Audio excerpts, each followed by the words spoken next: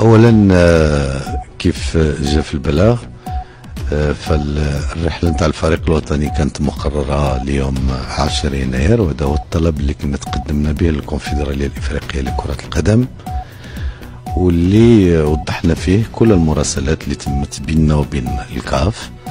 وضحنا بانه يعني بعد 10 من يناير اليوم 11 اننا مازال ما توصلنا باي رد، وبالتالي فهذه طبيعه الامور ان الفريق الوطني المغربي تعذر عليه لحد الان انه يتنقل الى قسنطينه باش يلعب المباريات نتاعو نتاع الشان كما كان مقررا وكما كان يعني تم التخطيط له منذ اشهر.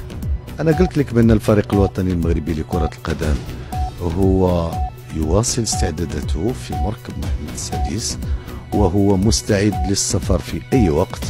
كل ما ننتظر مرتبط بالجهاز اللي كينظم التظاهره، وخصو اللي خصو يعطينا ترخيص للفريق الوطني ان الطائره نتاع الخطوط الملكيه المغربيه اللي هي الناقل الرسمي لكل المنتخبات الوطنيه، وهذا ماشي جديد، يعني منذ سنوات، منذ توقيع هذا العقد سنه 2017، وكل الفرق الوطنيه سواء ذكور او اناث تتنقل عبر الخطوط الملكيه المغربيه.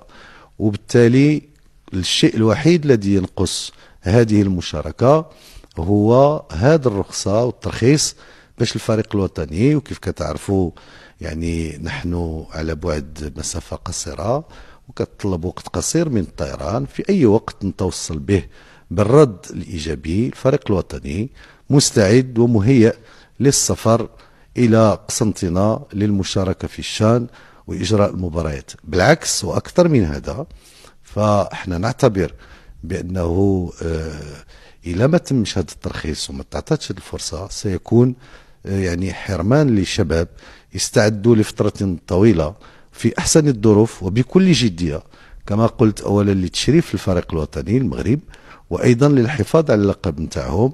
وغادي يكون هذا كيف ما قلت حرمان، وهو ما يتناقض مع كل الأعراف المؤسسة لكرة القدم.